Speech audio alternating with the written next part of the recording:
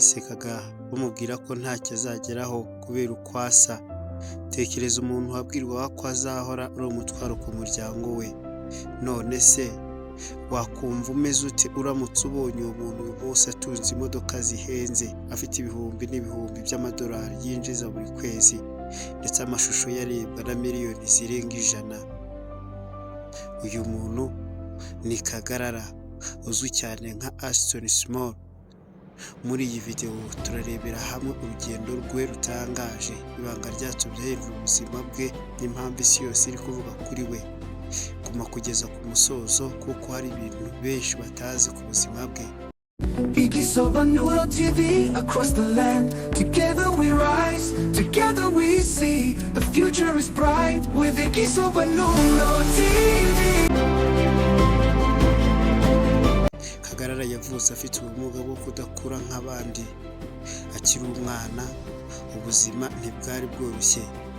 Hari ababonaga bitazakunda, bamubona bakamuseka, abandi bakamwita amazina amubabaza. Mu ishuri no mu buzima busanzwe yahuye n'ibibazo byinshi. Abantu batizeraga ko yazagira ejo heza nk'uyu munsi. Bamubonaga nk'umuntu uzahora atekerezwa gufashwa. Ariko se niko biru? We yari afite inzozi. Yifuzaga ko umunsi umwe azaba umuntu w'icyamamare, abantu bazamwubaha kubera ibyo akora. Igihe imbuga nkoranyambaga zatangiraga kwamamara, Kagarara yabonye amahirwe. Yatangiye gufata amashusho agaragaza impano ye yo gusetsa no kwidagadura. Mu ntangiriro ntiyari afite ibikoresho bihenze, yakoresheje telefone isanzwe akora video mu rugo no mu muhanda. Hari amashusho yakoraga akarebwa n'abantu bake, ariko ntiyacitse intege. Yakomeje gushyiraho video buri gihe. Umunsi umwe video imwe yarakwirakwiye. Mu masaha make abantu ibihumbi batangira kuyisangiza abandi. Kuva umunsi izina rya Aston Small ritangira kumenyekana.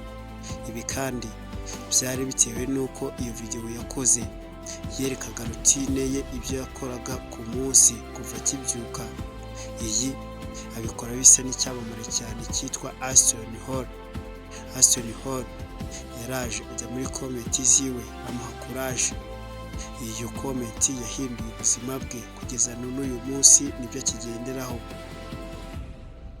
Umunsi umwe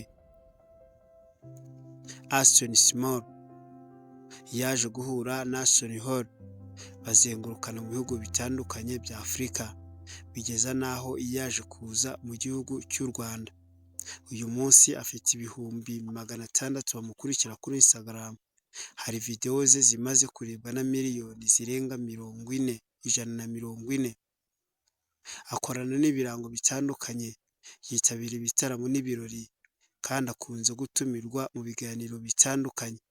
Amafoto menshi agaragaza ko yatangiye kugenda ku modoka zihenze, guhura n'ibyamamare no kubaho ubuzima abantu benshi bifuza.